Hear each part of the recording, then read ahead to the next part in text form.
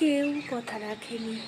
৩৩ বছর কাটলো, কেউ কথা রাখেনি।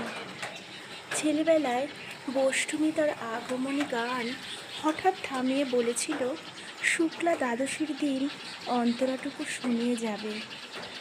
তারপর কত চন্দ্রমুখ অমাবস্যা এসে চলে গেল, সেই বষ্টমী আর এলো না। 25 বছর প্রতীক্ষায় আছি।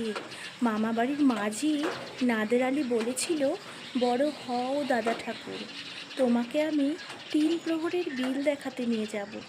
সেখানে পদ্মফুলের মাথায় সাপ আর ভুঁড়ো খেলা করে। নাদের আলী, আমি আর কত বড় হব? আমার মাথায় এই ঘরের ছাদ ফুঁড়ে আকাশ স্পর্শ করলে তুমি আমায় 3 প্রহরের বিল দেখাবে? একটাও রয়্যাল গুলি কিনতে পারিনি কখনো। লাঠি লজেন্স দেখিয়ে দেখিয়ে চুষেছে লস্কর বাড়ির ছেলেরা।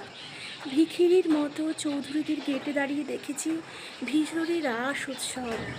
অবিরল রঙের ধারার মধ্যে সুবর্ণ কঙ্কন পরা ফর্সা রমণীরা কত রকম আমোদে হেসেছে।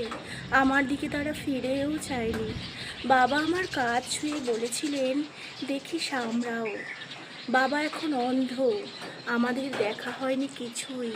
সেই রয়্যাল গুলি, সেই লাঠি লজেন্স। বুকের মধ্যে সুগন্ধি রুমাল রেখে বরুণা বলেছিল, যেদিন আমায় সত্যিকারের ভালোবাসবে সেদিন আমার বুকেও এরকম আতরের গন্ধ হবে। ভালোবাসার জন্য আমি হাতের মুঠোয় প্রাণ নিয়েছি। দুরন্ত ষাঁড়ের চোখে বেঁধেছি লাল কাপড়। বিশ্ব সংসার তন্ন তন্ন করে খুঁজে এনেছি 108টা নীল পদ্ম, তবু কথা রাখেনি বরুণা। এখন তার বুকে শুধুই মাংসের গন্ধ। এখনো সে যে কোনো নারী।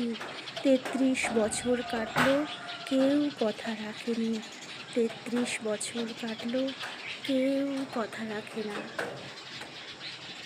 এক টুকরো মেঘ ও পাহাড়ের দেশ সিটং থেকে সকালের শুভেচ্ছা রইল।